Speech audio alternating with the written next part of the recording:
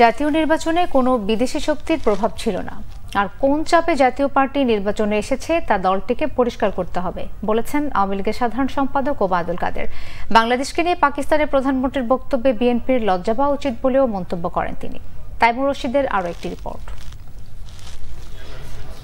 বঙ্গবন্ধুর দ্বিতীয় পুত্র শহীদ শেখ জামালের ৭১তম জন্মদিনে বনানীতে তার কবরে শ্রদ্ধা জানায় আওয়ামী লীগ। শ্রদ্ধা জানানো হয় ঢাকা মহানগর উত্তর ও দক্ষিণ আওয়ামী লীগ, যুবলীগ, স্বেচ্ছাসেবক লীগ সহ দলের বিভিন্ন অঙ্গ ও সহযোগী সংগঠনের পক্ষেও। পরে সাংবাদিকদের সাথে আলাপে আওয়ামী লীগের সাধারণ সম্পাদক ওবায়দুল কাদের বলেন, বঙ্গবন্ধুর পরিবারকে নিশ্চিহ্ন করতেই ৭৫-এর ১৫ আগস্টের হত্যাকাণ্ড। অভিযোগ করেন খুনিদের মদদ দিয়েছে জিয়া মুশতাক চক্র। এর মধ্য দিয়ে দেশে হত্যা, কু ও ষড়যন্ত্রের রাজনীতি শুরু হয়। পাকিস্তানের সঙ্গে তো প্রীতি তাদের, বন্ধুত্ব তাদের।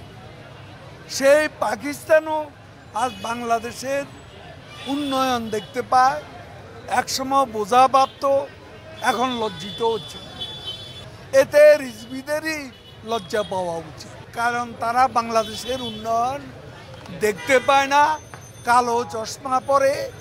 ৭ জানুয়ারির নির্বাচন নিয়ে জাতীয় পার্টির চেয়ারম্যান জিএম কাদেরের সমালোচনারও জবাব দেন তিনি। বাংলাদেশে ৪২% লোক ভোট দিয়েছে।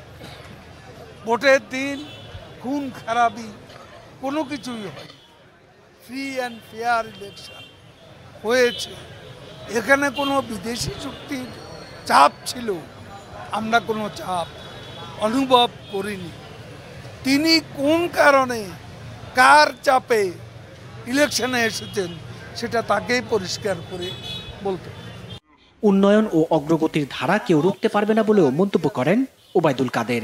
বাংলাদেশে তাইমুর রশিদ, বাংলা ভিশন, ঢাকা।